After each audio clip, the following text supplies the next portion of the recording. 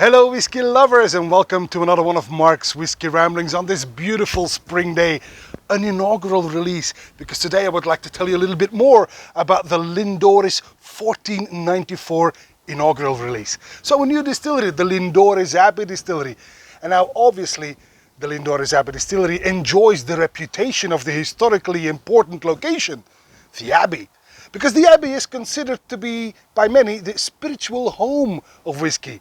You will remember, if you know your history a little bit, that in 1494 we found the first written reference in the Book of the Exchequer of King James IV, while he commanded John Cor, Friar John Cor, to produce malt, aqua vitae from 8 bols malt. So basically in 1494 we found the first written historical record that a king ordered a friar from the Lindores Abbey to produce what we would call today whiskey.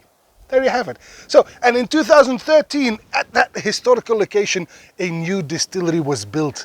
And in 2017, the first distillates trickled from the stills, all to create this inaugural release that you see here before you. Now, to get money to keep the proceedings going, they offered a membership, a Lindores 1494 exclusive membership, and obviously I took part in that, and then I got this beautifully, very official looking letter. It is limited, as the name suggests, to 1494 members. And so I wrote to them, and they immediately got back to me and they said, "Hi Mark, did you have a specific number in mind?" And obviously, in all my enthusiasm, I said, "Well, 1970 would be great, that's my year of birth." And they came back to me a little flustered, like, 1970 will not be possible, sir, because it's limited to 1494.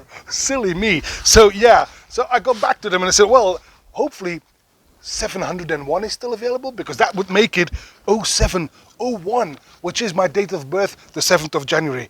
And indeed, a few weeks later, this beautiful wooden plaque arrived with the 0701 of 1494 membership plaque. And also included was a beautiful booklet with some information about the Lindores Abbey Distillery, a tour voucher and whatnot.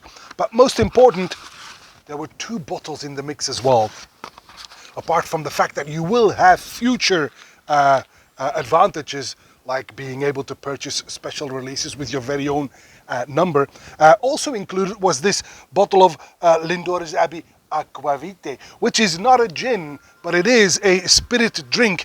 It's a spirit drink with herbs and, if I'm not mistaken, spices. Herbs and spices, and it smells and tastes a bit like prune liqueur, something like that, but it's very fresh and it works wonders in cocktails. But, of course, what interests us the most is whiskey.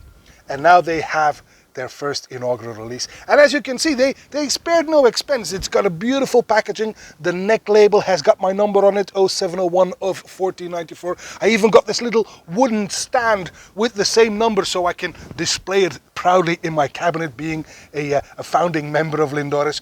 But what came as a pleasant surprise was the fact that in the second week of April, ding dong, DHL was here. They delivered the package, and inside was a complimentary sample. Hooray! That means I can try it without having to open up my big bottle just yet. How about that? So, it's 3 years old, obviously. Distilled 2017, delivered 2021. And with Brexit, etc., etc., they had to jump through quite some hoops to get it to Belgium. But the complimentary sample is very nice, because that means that we can try it here. Or let's not be cheap here, right? The ABV, 49.4%, which is obviously, again, a reference to the year of the historically important year of 1494. There you have it. Let's just finish off this beautiful Lindores sample. The Lindores 1494 inaugural release at 49.4% ABV, bright golden on the nose. Yeah, the nose is sweet, young.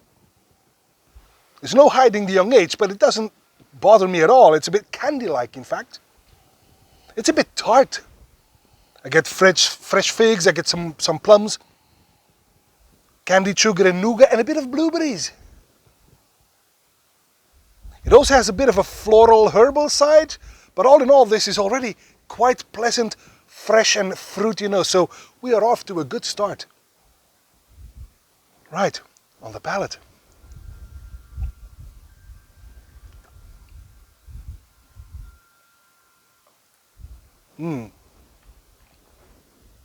Great mouthfeel, oily, good strength. Again, sweet on dark fruit, but with some bright notes in there as well. I get some applesauce, I get some menthol even, and lovely wood spices. It's quite feisty, in fact. I get some nutmeg, some cloves. Oh, and a great note of salted caramel that appears mid-palate, which is quite a pleasant surprise on the finish.